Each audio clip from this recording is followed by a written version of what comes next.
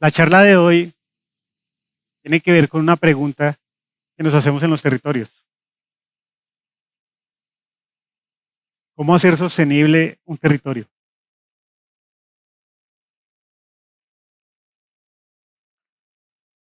Las finanzas territoriales, al igual que las finanzas personales, siempre tratan de buscar la mejor receta. Les traigo a colación este libro, que lo hemos visto o lo hemos leído muchas personas, en el cual nos habla sobre las finanzas personales. Los territorios también buscamos cómo vamos a ser sostenibles financieramente, pero no hay un libro, no hay una persona que nos explique aún cuáles son las mejores etapas. En Colombia, 7 de cada 10 municipios están en riesgo o deterioro fiscal. Según el índice de desempeño fiscal, ¿qué significa esto? Que los ingresos que tienen los territorios no alcanzan a cubrir sus gastos, o por lo menos los gastos que planearon, lo que genera un alto nivel de endeudamiento. Y aparte de eso, sus activos están perdiendo valor.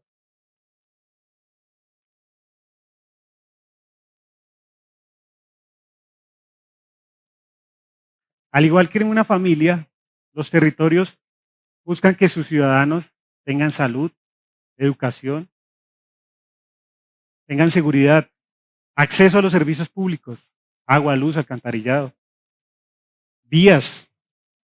Pero ¿cómo lo deben hacer los territorios? Al igual que las familias, con ingresos. Pero los territorios solo tienen dos tipos de ingresos. Uno, las transferencias de la nación. Más del 70% de los municipios dependen de la nación. Y esa dependencia también depende del nivel de recaudo que tenga la nación y del nivel de giro que le pueda hacer la nación. Hasta que no tengan los recursos, los territorios no pueden empezar sus obras, sus proyectos. Esto lo limita. Su segunda forma de ingresos, ¿cuáles son? Los ingresos propios. Hoy vamos a hablar de esos ingresos propios. ¿Cómo tratar de ser financieramente libres y sostenibles? Mi nombre es Héctor Mauricio Montes Padilla, ingeniero industrial, especialista en gestión pública, y hoy quiero contarles cómo fui parte de un equipo que asumió este reto. Ese equipo, como cualquier territorio, estaba conformado por un secretario de Hacienda, un tesorero, un jefe de presupuesto, una contadora, 3 personas en ventanilla que hacían liquidación del impuesto de industria y comercio, predial y otros impuestos. Llegué yo ahí como contratista. Lo importante de este grupo, ¿qué era? Nuestro secretario de Hacienda, un líder. Tenía el conocimiento, tenía la experiencia, pero tenía algo más. Nos brindó desde el primer momento confianza. En lo público siempre hablamos de que hay que tratar de ganarse nuevamente la confianza de los ciudadanos, pero olvidamos que también debemos confiar en nosotros, en nuestro equipo de trabajo. Y él, al darnos confianza, nos dio compromiso con algo que él quería hacer, mejorar las finanzas. Pero esta confianza, perdón, también la complementó con empoderamiento, inicialmente escuchándonos, segundo, respaldándonos, tercero, motivándonos a la acción. Ninguna idea que dábamos en este grupo era loca. La escuchaba, la analizaba y vamos a ver que él nos apoyó a hacer lo que por lo general no se hacía. Así que nacieron las estrategias. La primera de todas, la cultura del pago. ¿Cómo fomentamos la cultura del pago en la comunidad? Difícil, pero también se generó una idea de invitémoslos a pagar. ¿Por qué no los invitamos a pagar? ¿Sí? Hagámoslos sentir que son importantes y son parte de la administración. La primera invitación que se hizo fue con lo que los municipios adoptan al inicio de año, los descuentos por pronto pago. descuento del 30, el 20, el 10%, si pagan en los primeros meses. Dentro del grupo se generó una idea para ser más atractivo que las personas y los ciudadanos vinieran a pagar. ¿Y por qué no les damos premios a los que pagan? Entonces muchos dirán, bueno, pero para dar premios hay que entrar en gastos. Y si queremos subir los ingresos, ¿cómo vamos a entrar en gastos? Vino la experiencia de nuestro secretario de Hacienda. Suena, apalanquémonos. Fue la primera vez que en lo práctico escuché la palabra apalancarse. ¿Y qué es apalancarse? Conseguir recursos. Dijo él, apalanquémonos de los bancos. ¿Por qué de los bancos? Porque al igual que la Secretaría de Hacienda en su momento, los bancos tienen metas de recaudo.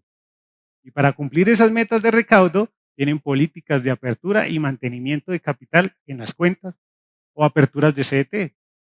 En ese momento, y actualmente también, pues dan unos beneficios.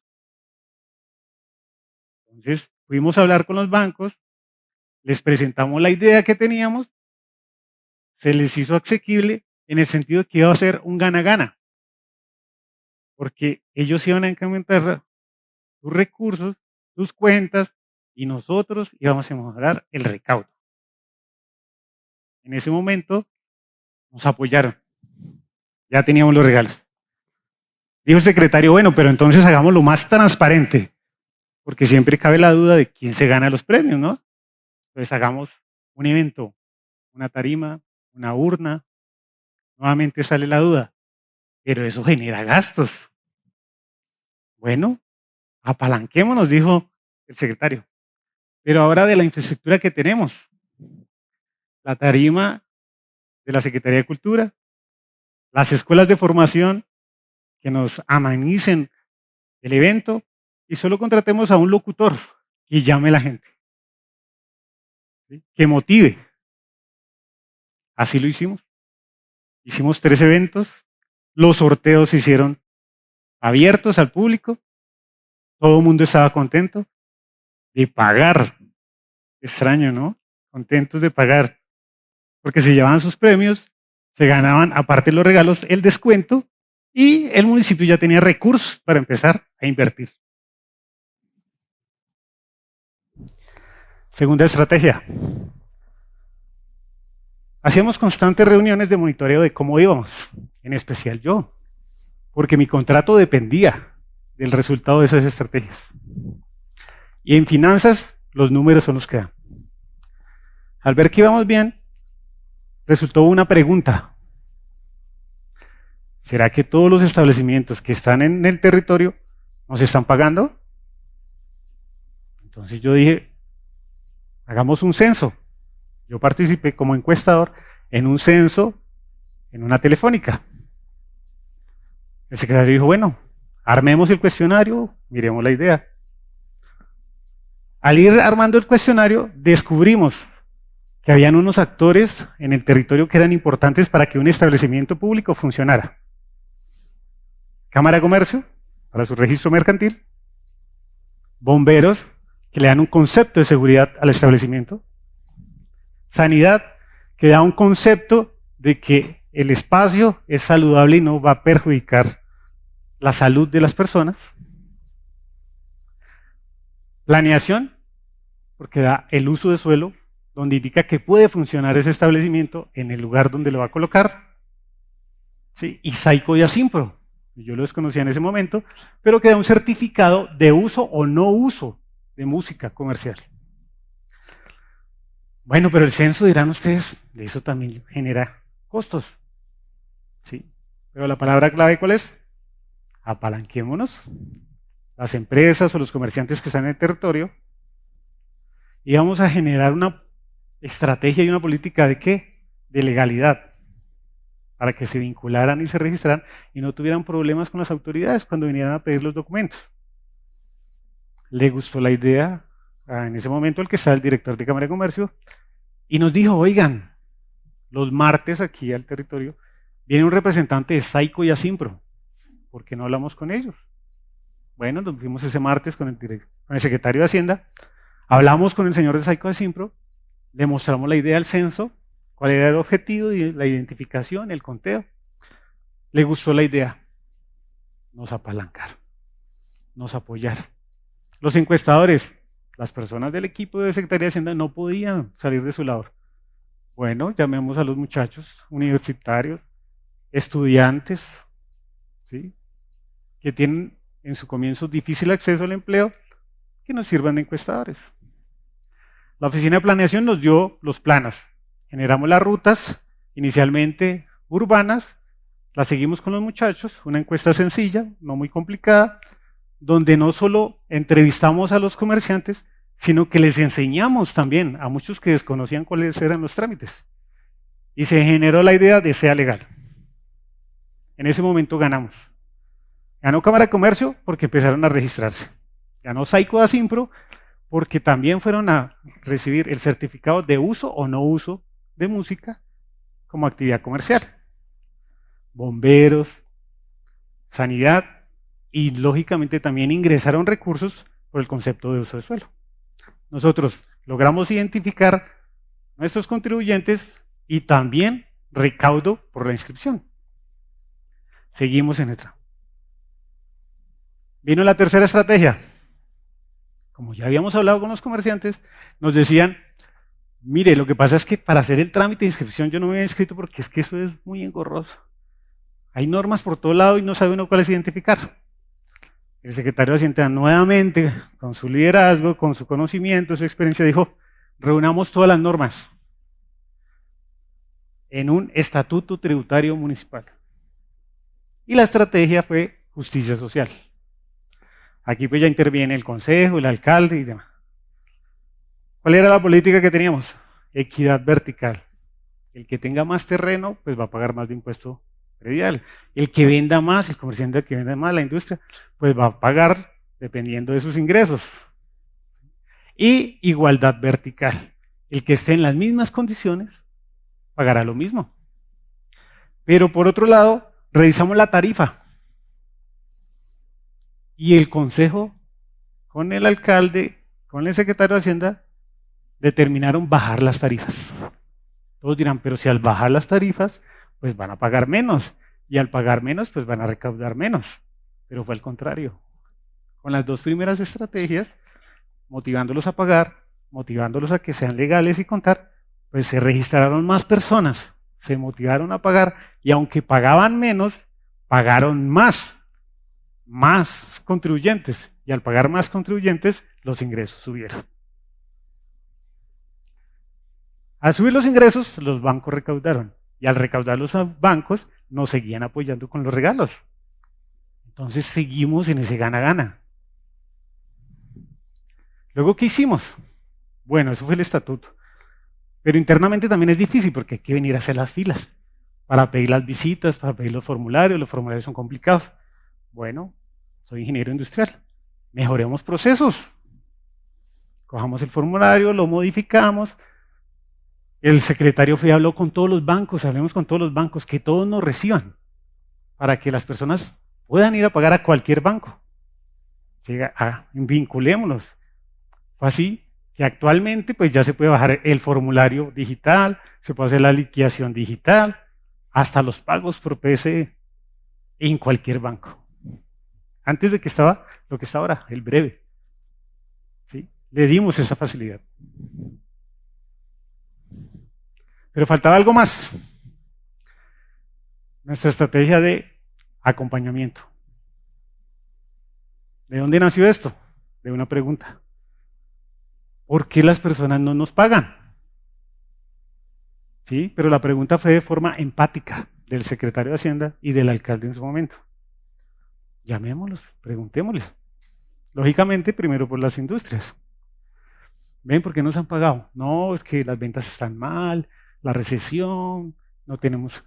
Bueno, hagamos una cosa. Hagamos acuerdos de pago a la medida. A la medida no de la administración, a la medida del ciudadano, del contribuyente. Armamos esos acuerdos de pago y manteníamos, aquellos que tenían acuerdo de pago, el beneficio de los descuentos. O sea, podían participar con los descuentos y podían participar con los sorteos. más motivados estuvieron a pagar, porque ya era bajo sus condiciones. Se mejoraron las finanzas. Ese acompañamiento, o lo que llamarían en el sector privado el servicio postventa, nos ayudó a que las personas nos colaboraran como territorio. Cambiaron las administraciones. Muchas de estas estrategias se mantuvieron. Otras evolucionaron, se mejoraron. Los recibos empezaron a mandar a las casas. ¿Sí? Inicialmente nosotros lo hicimos con el equipo que teníamos los fines de semana. Nos íbamos a los barrios y entregamos. Posteriormente, la entidad se apalancó de su empresa de servicios públicos. ¿Por qué? Porque ellos entregan los recibos casa a casa, puerta a puerta. Aprovechamos, se hizo un convenio como siempre, gana-gana, ¿sí? En el cual, pues ellos nos ayudaban a entregar y también recibían una parte por entregarnos. Después publicamos al respaldo de las facturas todo lo que se había hecho, porque ese ingreso se vio reflejado durante todas esas administraciones en obras. Un hospital regional, una biblioteca regional, un CERES, donde llegó la SAP y yo pude hacer mi especialización. Vías, acueductos. Como vemos actualmente en el 2025, el municipio donde se realizó esto está en segunda categoría. Ya no depende en sí de las transferencias. Es más, los ingresos propios superaron las transferencias. No solo por estas estrategias, por otras que implementaron y mejoraron. La invitación es a que se apalanquen, pero que lo hagan como lo hizo mi secretario, mi líder inicial, con su gente. Confianza, empoderamiento, apoyo, acción. Y eso va a generar territorios que sean sostenibles para ellos y para lo que queremos todos los funcionarios públicos, el bienestar de nuestra comunidad. Muchas gracias.